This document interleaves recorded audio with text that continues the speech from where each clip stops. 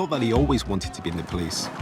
But turns out, Dad decided to sign up in the summer of '81, when major riots erupted across the UK inner cities in response to racial discrimination and recession.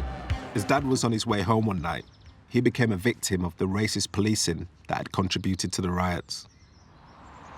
As I got to somewhere around here, I saw the police van, and then this policeman just appeared and just says, "Oi, where you going?" And just told him home. And next minute I'm in the van.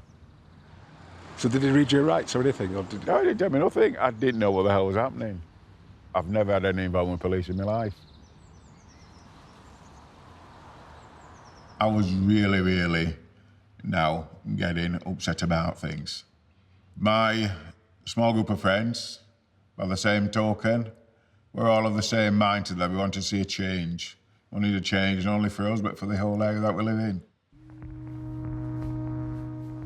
We did not have anybody within the force who looked like us and who had an understanding of what we are expecting. And it's like, what do? Do you sit there and do nothing? Or do you try and do something? And we're going to be better, we'll be more effective to be inside rather than being outside looking in. Having spoken as a group, we all decided we was going to all join up together the following morning. As it turned out, I was the only one that turned up. I hate someone to tell me what I can and cannot do when I've made that decision. I felt that in order for us to progress, somebody like me needs to move on and take the plunge and join. Dad spent 16 weeks here as the only black recruit in a group of white men. It wasn't uncommon for them, when they come in and had a drink, to jump on the bed, you know, and create as much havoc as they can and think it was fun. I didn't find it funny at all. It got to the point one particular evening, I'd gone to the dorm, I'd got ready, I'm going to sleep. I'd just been doing a bit of studying, and suddenly somebody's jumped on me, and he's called me this, blah this, you blah that, what are you going to do, whatever, etc., etc. And for those split second, let me say, I'd lost it. Because the next thing, I'd picked him up by his throat, literally. And my intention surely was to put him out that window that was open. But luckily, one of them just says, "Come on, Bill, just bring it back." That's good. And that's probably saved me, because I'd have dropped him. Yeah. As a kid, I've seen Dad have his angry moments, but I've never seen him lose it. I just can't comprehend how far he's been pushed to snap like that. Our notebooks are generally kept on a little shelf.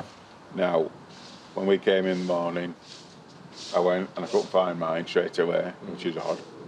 And then I started to search for it, and then I found it. The worst things you can think of was actually in the book. We had niggers out, get out of our country. Pages are stuck together, which looks as though it's blood. It may well have been excrement, for all I know. So we went to see the commandant. He more or less laughed at me. Did it? In effect. I'll just give it a new book. There you go. Carry on. Good lad. I've never been aware of anybody during my service that's ever had that sort of treatment. But it happened to me. How does it feel to be saying, like, you've kept all of this in for so many years, all these... So how does it feel to... Surely it must feel a little bit like cathartic to say it out loud. You don't forget. Yeah. You don't forget. That's the difference. You just get on with it. But to say I've forgotten, no. I've never heard of this before. It's so upsetting Dad was treated with such contempt. And despite the racism he suffered, his superiors didn't do anything. Dad went above and beyond his role as an officer to help the area.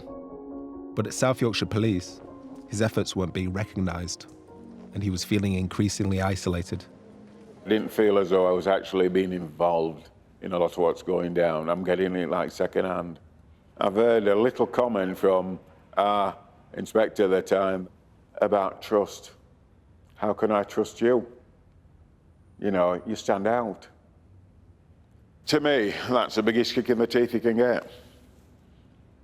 So I actually then went and spoke to our gaffer and asked him pointedly. I said, because of my colour, is that it? Is it something you can't deal with? And he's kept being evasive again. And I says, that's the reason then, isn't it, why? I'm an experienced officer at that point. I wasn't like a youngster who didn't know anything. My work rate has always been good. My paperwork have always been more than adequate. So there's no excuse.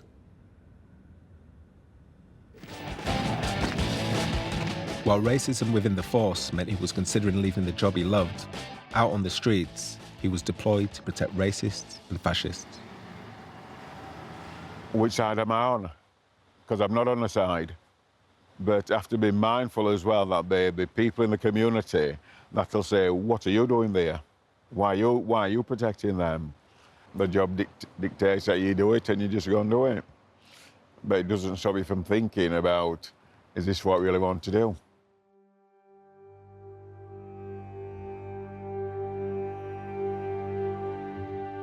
Where did it all start then? Just about 20 yards in front of us. They all gathered, we were here.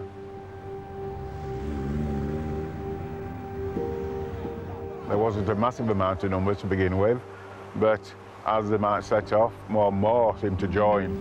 National Front puts Britain first! They were situated in the middle of the road, and there were police both sides just to contain them within.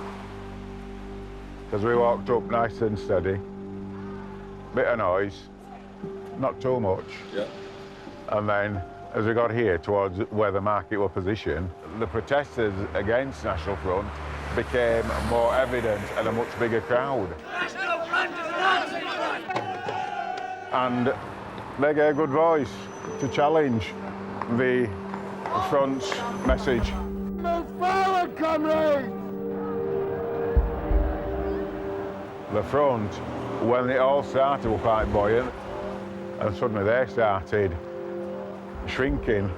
You know, they weren't talking, doing anything in particular. And all they were kept saying was, you're not going to leave us, are you? You're not going to leave us. Now a protector of fascists, Dad was questioning why he was defending them. And for a police force that didn't fully accept him. As we got near to the market, I see a black guy head straight to me, and first thing he did was shook my hand. And while he's shaking my hand, he's telling me, I never thought in my lifetime I'd see somebody like you in uniform doing this. Praise the Lord. And then as quickly as he came, he went back to the side of the road. I couldn't tell you how much of an uplift that man gave me that time, because prior to the march, I was out of this job. I was going. That's the extent I got to.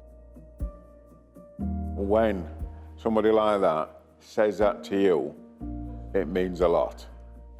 He was happy to see me, and I was chuffed.